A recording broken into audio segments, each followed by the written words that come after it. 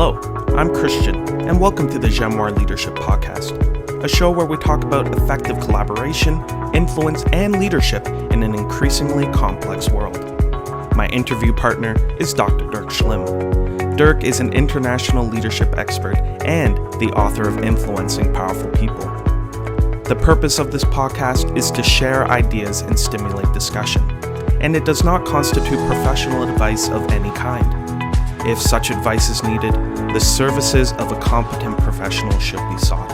The speakers, host, and Jamoir International Incorporated are not to be held responsible for any use, misuse, or reuse of the content. Enjoy the show.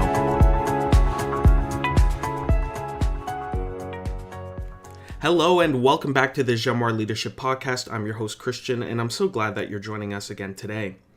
Last time we opened up with the report that according to a recent McKinsey study, family-owned businesses account for more than 70% of global GDP and about 60% of global employment. That is absolutely massive. That's why Dirk and I were so pleased to have on the channel Brian Boucher. Brian is the vice president at MacEwen Petroleum, and MacEwen Petroleum is a leading Canadian independent fuel and convenience provider, which has also retained its heritage as a family business. Dirk and Brian have been off to a great start in part one of this two-part conversation, so if you haven't listened to part one, go back, catch that, well worth your time, but make sure to come back today. Brian is continuing to offer a deep dive into the nuances of leadership in a family-owned business context. So today, Dirk and Brian are continuing part two of this two-part conversation. We hope that you enjoy, we hope that you listen well, and surely apply some of the information that Brian shares with us. As always, if you have any questions or have any comments, we'd love to get in touch with you. You can get in touch with us at podcast@jamoir.com. That's podcast@jamoir.com. But for now, enjoy the show. And again, you keep coming back to culture, values, sense of community within the organization, but I think also you're part of the community, and those things are sometimes hard to, it when feel the vibe, but it's hard to can't quantify it. Yeah. Can't quantify it.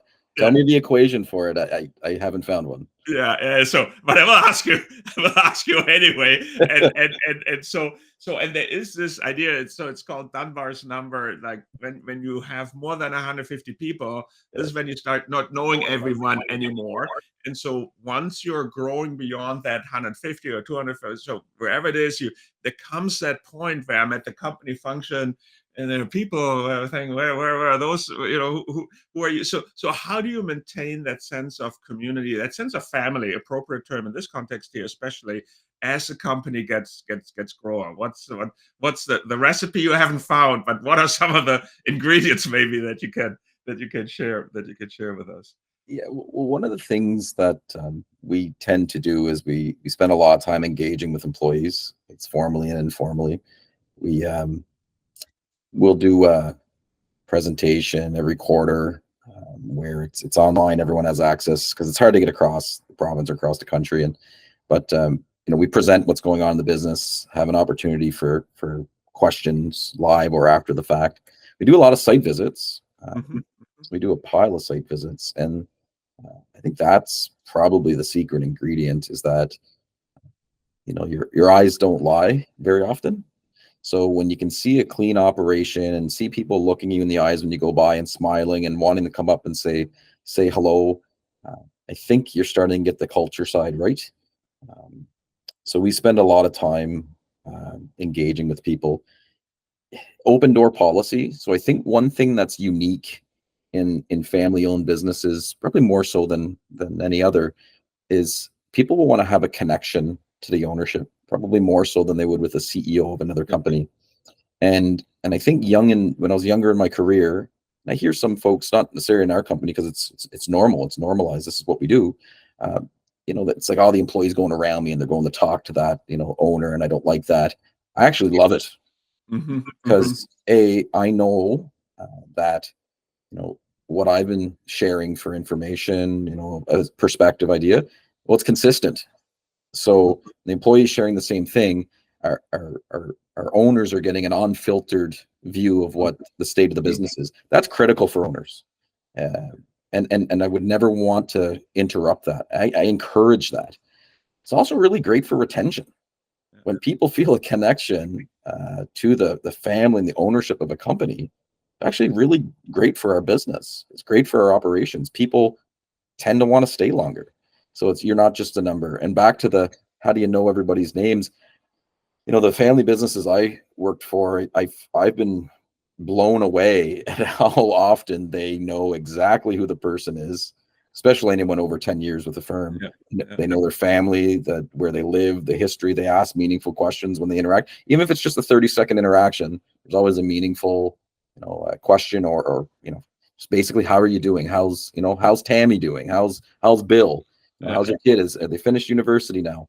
So it's that's what I find is how you kind of keep that together. It's just make sure information and communication can flow very fluidly, and don't put up barriers and follow the chain of command, so to speak. The key though is to make sure that direction's not being given, because then it can create a bunch of dysfunction, right? If there's too many people giving direction, it doesn't work. But that's my feelings, and what my experience has been in family businesses is don't discourage, encourage interaction at all levels through the organization, including with the owners. So Brian, when we talked earlier, and I wish we had recorded our intro conversation when we were warming up here, chit-chatting, there's always in the interviews that we have here on the podcast, there comes something and saying, wow, this is something I'm going to hold on to. And so, right, this is one of those moments, right, where people are maybe trying to control information, or they're worried that somebody's talking to their boss about something, or they're talking to, and that could be the natural inclination, because maybe they're saying something that doesn't make me look good, or creates problems after, or is saying now an instruction is given that interferes with what I'm trying to do. And say, no, honey, this is the opposite, right? You want to encourage that shows you, hey, I have confidence. Maybe something isn't great and they find out, then we improve it. Not a problem either. If they're giving instructions that doesn't quite fit, we'll make it fit, right? And we'll work with it. But it would be absolutely wrong to try and curtail that and control that and block that. So this is why I'm reiterating it here as one of those things that I think, especially in a family firm, you have to be absolutely comfortable that everybody is talking to everybody. It's special for people to be talking to the owner. It's the fact that the owner knows them, gives them recognition, makes them feel good, and you want to use that. You want to use it to build morale, right? Yeah. And got to remember, Dirk, owners are just trying to help. Yeah. They care, like their interest is in the success of the firm and their company and their people. So when you always make sure you're viewing things from, even with your own teams, if you view it from their intention was positive, it was to help, it really reframes things. Yeah. So and that's good. Seeing that as somebody who's helping you, I think it's a good way. Framing things properly is so important. So that's good. Hey, listen, a bit of a podcasty kind of question, Brian. Biggest leadership success, biggest leadership. Where you say, "Whoa, this I could have done better." So you can be here as vulnerable as you want to be, or as you not want to be. It's only everybody's listening. So what a bit of a highlight where you say, this is a moment where I thought I really did a good job in leadership, and this one I would like a do-over, or maybe you had the do-over already. What would that be? I think there's many do-overs. I think I remember distinctly back, must have been mid-20s, and I didn't understand this concept of unconsciously incompetent. And I thought I was doing a pretty good job, with people and interacting. And I had a 360 feedback that was done. And I was kind of devastated afterwards when I read it.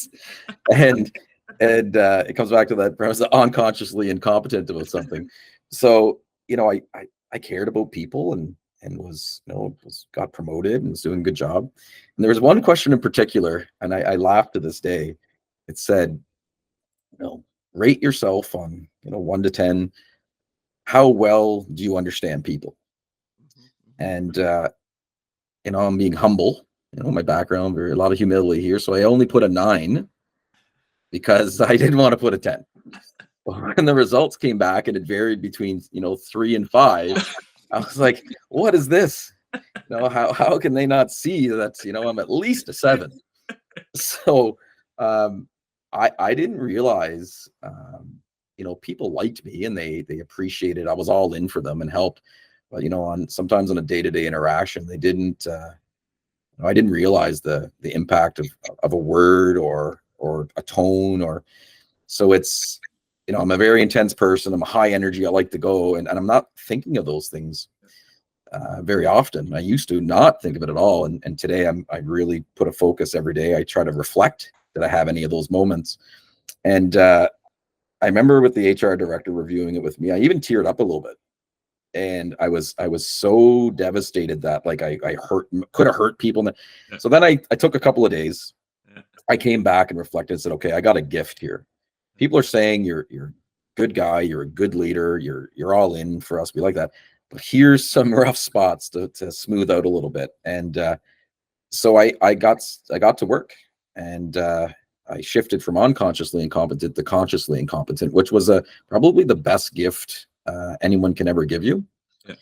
So I still can have some challenges. I got to be careful with that intensity, but I check in. I'm very transparent with my team. I communicate, probably over communicate how I feel in a situation, and I want to hear how they feel, and it's helped out a lot.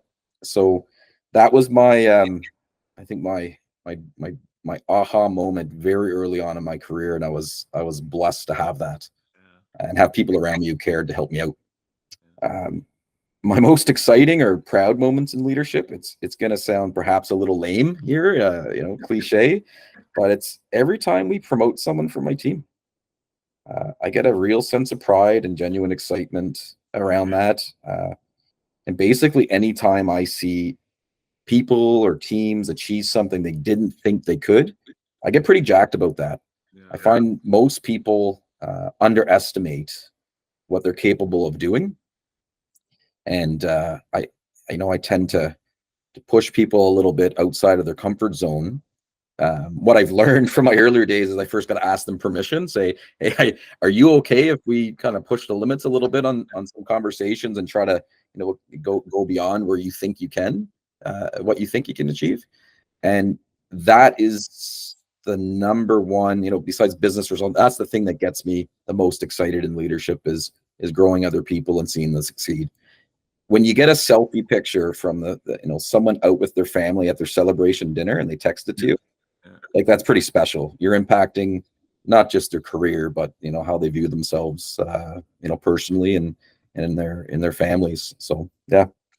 So Brian, not lame at all. We had Gerardo Chiaya on the podcast earlier this year, and we're great leader who I've worked with, but he mentioned this, that the relationship with the boss can make a big difference in people's lives, right? It's not it really has an impact. And so I think what you said there is not lame at all. I think it is the opposite, right? If you can say, hey, I didn't just hit the targets here, but I really build a relationship with somebody, I set somebody off on their career and made a difference, not just right here, right now, but that really will be with them really for the rest of their professional life and even beyond the professional life. I'm saying that the family is a part of it, who's maybe proud of that person, that they achieved it, and they're saying you help them do that. I think that is very, very, very special. So thanks, thanks for that. Is there anything? Now you learned that. So I hear that people say, I wish I had learned that sooner. So I think, as you said, you were blessed that at the age of 25, you got some feedback and you're calling it a gift now, right? And feedback is a gift. Didn't feel like it at the time. At the moment, right? It felt like a lump of coal. Yeah, lump of coal there.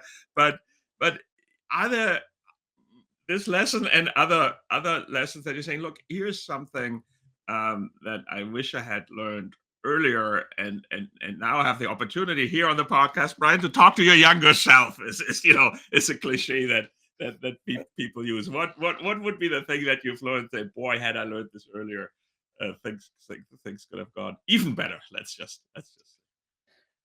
Well, it comes back to, again, early in the career, I was, relationships matter. And, I was so focused and so driven on, achieving the results that I was blind to that. And, didn't realize that, yeah, there's still, we're human, and direct is good, but, I guess probably a long-term focus on relationships. I think that would be a very early on lesson. I didn't realize how important that was. I just never thought of it. I cared about people a great deal. I volunteered, part of the community. But when it came to getting a target, it was almost the relationship side was out the window, and I was just so focused. So I think what I see now is you can actually achieve better results and have positive relationships that are uplifting versus just perhaps grinding down, if you will. I think patience, is a thing. It gets used a lot, and it's not be patient and just sit back and wait. It doesn't mean you're not driven or you don't want anything. It just maybe sit back a little bit and reflect. Be a little patient. Look, listen, reflect, and take that pause. And then when you go to execute, go as fast as you can. Sure, but just a little bit of time to reflect and maybe ask a few more questions, particularly in negotiations. I thought, it was all about speed.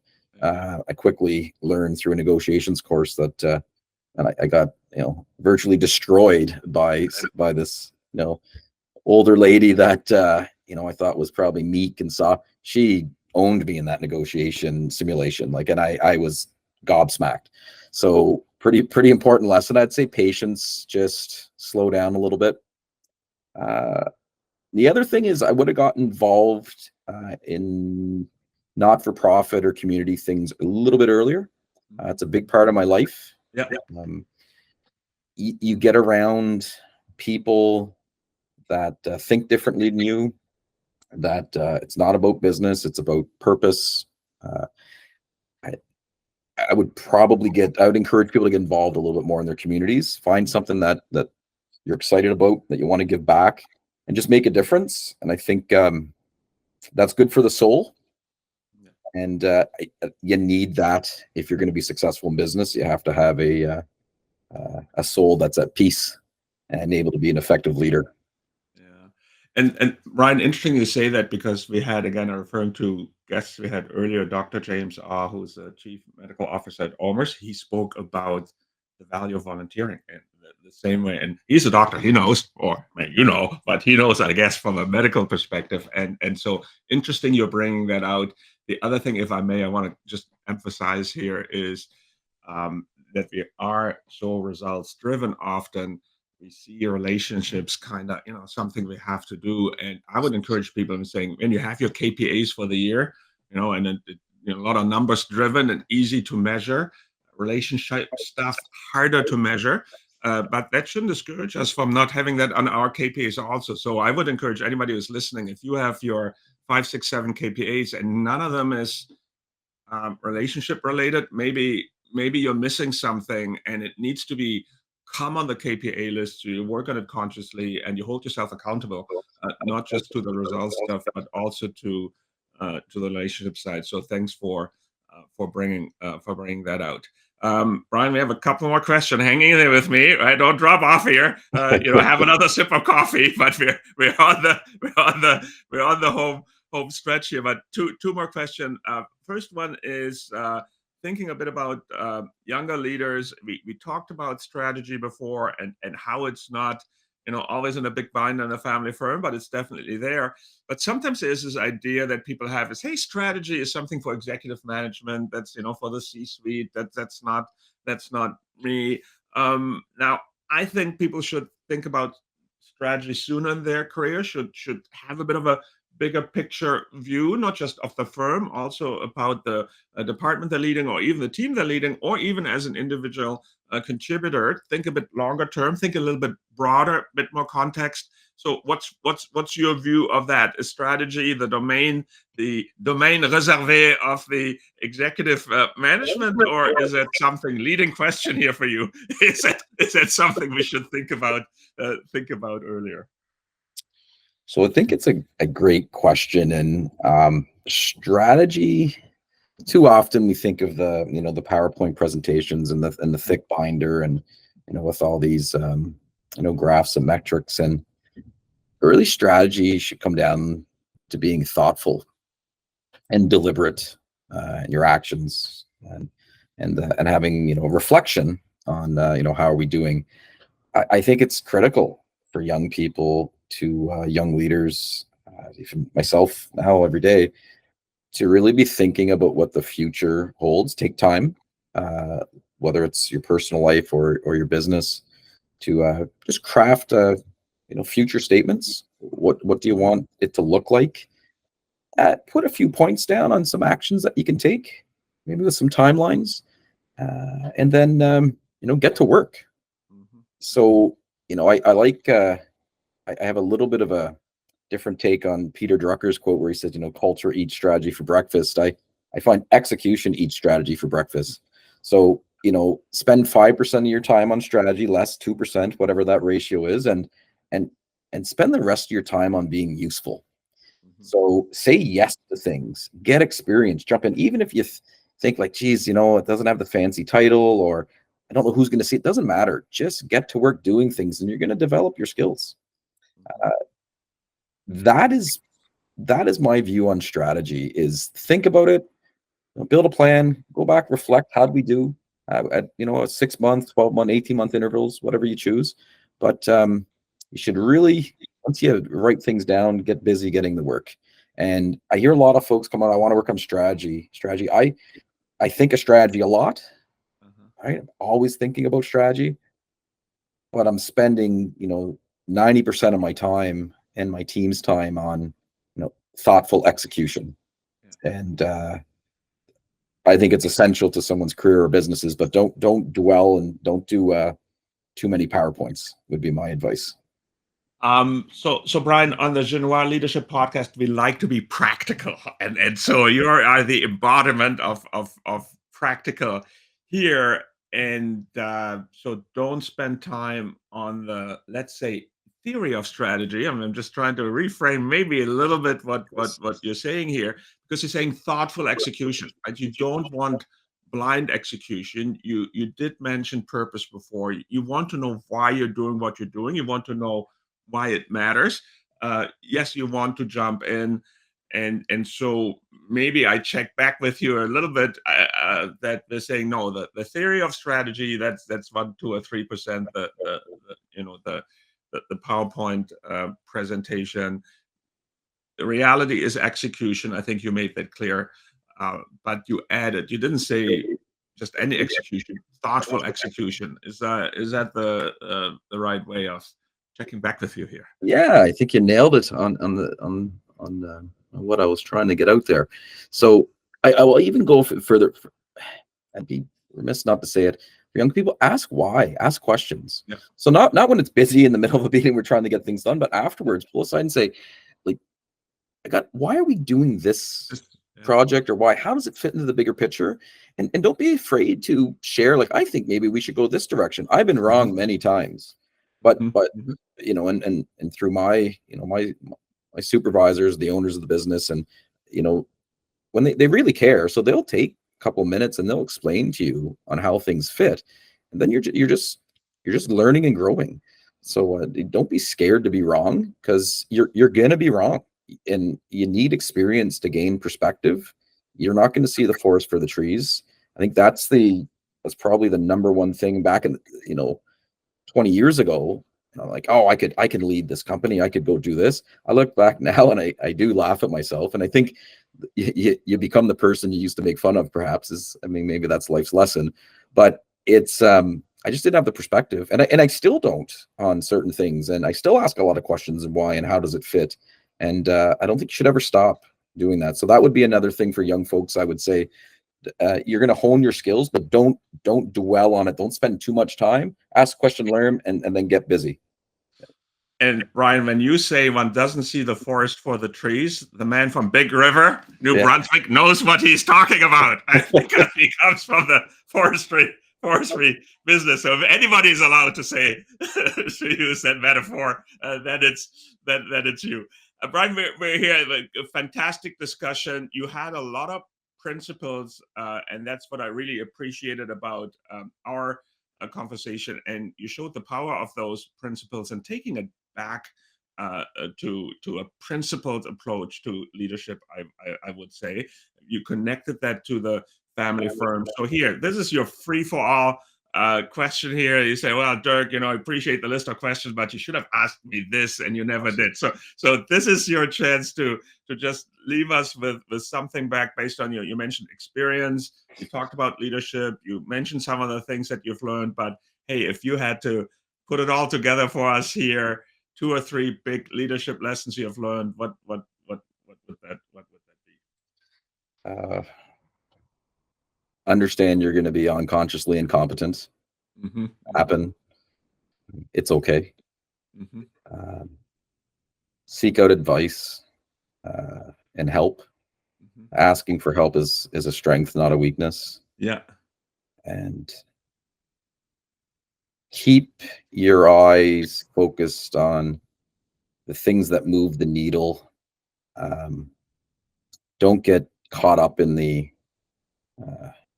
terms of the day or the too much in the news, or pay attention, but stay focused on I'd say thoughtful execution. And the last is be who you are. Don't compromise your value, your ethics for anything ever in business, and never work for somebody who asks you to do that. And if you stay true to those things, I think you could have a modestly successful career, maybe a fantastic career, however you want to define success. And I think the lessons that you could learn around the kitchen table talking to your grandmother really do apply to business. So thanks for having me.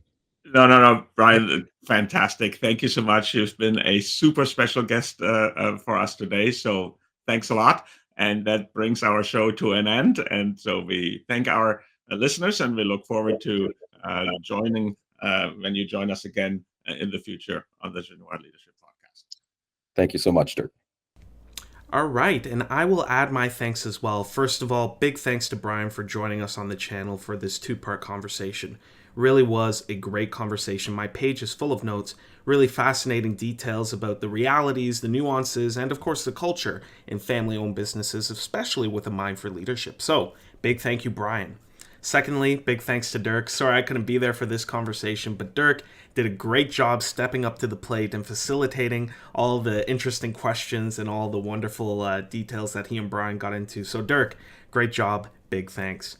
Third, I also, as always, want to thank you listeners for tuning in to the Genoir Leadership Podcast. This podcast wouldn't be what it is and wouldn't be a reality if we didn't have you listening to us every time we post. So big thank you to you. We really appreciate that you're joining us and forming a bit of a community around the Genoir Leadership Podcast as we seek to get into the realities of leadership in a complex world. So thank you.